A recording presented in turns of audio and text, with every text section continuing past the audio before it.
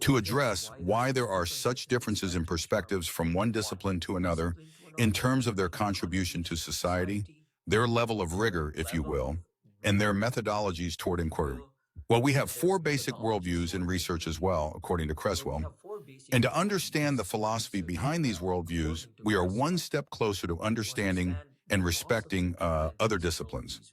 Worldviews are set of beliefs that guide action according to Guba, and most of your decisions and approaches to inquiry are anchored upon one of these philosophical worldviews.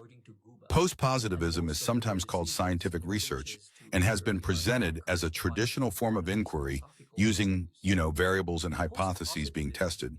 The knowledge that is produced with such paradigm is heavily based on observation and measurements of the objective reality that exists in the world. And we were taught that science and engineering research should be done this way. Is heavily based on observation and measurements of the objective reality that exists in the world. And we were taught that science and engineering research should be done this way, whereas contacting a constructivist worldview basically seeks an understanding of the world and develops subjective meanings of varied and complex experiences towards certain known things or objects. In other words, the reality that constructivism aims to surface out is that of contextual experiences of participants and making sense of them.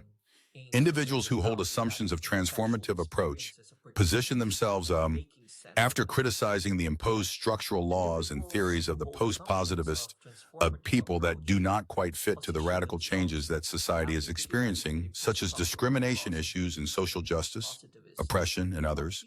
And the reason for existence is to advocate for their beliefs by linking political and social action to these inequities through action agenda and policymaking.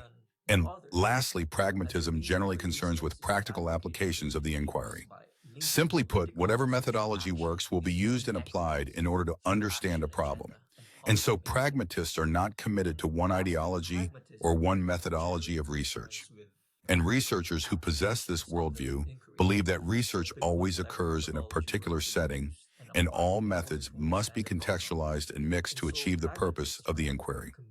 To one ideology or one methodology of research. And researchers who possess this worldview believe that research always occurs in a particular setting, and all methods must be contextualized and mixed to achieve the purpose of the inquiry. Truth be told, I am a developing pragmatic researcher, and that is why I advance. I advocate for interdisciplinarity in engineering, because engineering as a whole may be used as an integrative tool to address some of society's shortcomings and needs. I know I have given you a crash course to intro to philosophical worldviews. Whatever that is, but I see the importance of doing it so that you will have a better understanding of why we see other disciplines in a manner that we used to. And hopefully we can give that each discipline and the people behind contributing to the betterment of the society the respect that they deserve. So now I need to ask you, where do you identify yourself among the philosophical worldviews? So now I need to ask you, where do you identify yourself among the philosophical worldviews?